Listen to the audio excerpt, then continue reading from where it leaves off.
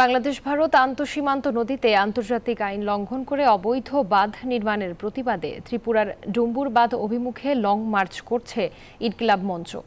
সকালে শাহবাগ থেকে শুরু হয় এই লং মার্চ। এর আগে বিক্ষোভ মিছিল করে ইনকিলাব মঞ্চ। এ সময় সংগঠনটির মুখপাত্র শরীফ ওসমান হাদি বলেন, ভারতের সাথে বাংলাদেশের অসংখ্য নদীর সংযোগ আছে। তারা বিভিন্ন সময় বাংলাদেশকে না জানিয়ে এসব নদীতে বাঁধ নির্মাণ করেছে। যতগুলো বাঁধ নির্মাণ করেছে তা ভেঙে ফেলতে হবে।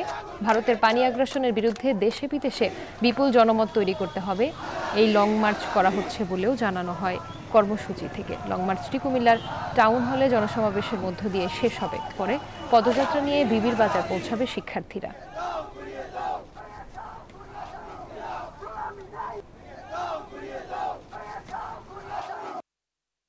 টুইটার এবং সকল সামাজিক যোগাযোগ মাধ্যমে ঢুকলে ভারতের কোটি কোটি মানুষ, এজেন্সি, মিডিয়া মুহুর্মুহু প্রোপাগান্ডা ছড়াচ্ছে বাংলাদেশের বিরুদ্ধে। তারা সাম্প্রদায়িকতার মিথ্যা কথা ছড়াচ্ছে। এই পানির আন্দোলন, আগ্রাসন রুখে দেওয়ার আন্দোলন, সকল আন্দোলন আমরা আমাদের শহীদ আবরার, আমাদের শহীদ আবু সাইদ, আমাদের স্বর্ণদাসের নামে উৎসর্গ করছি।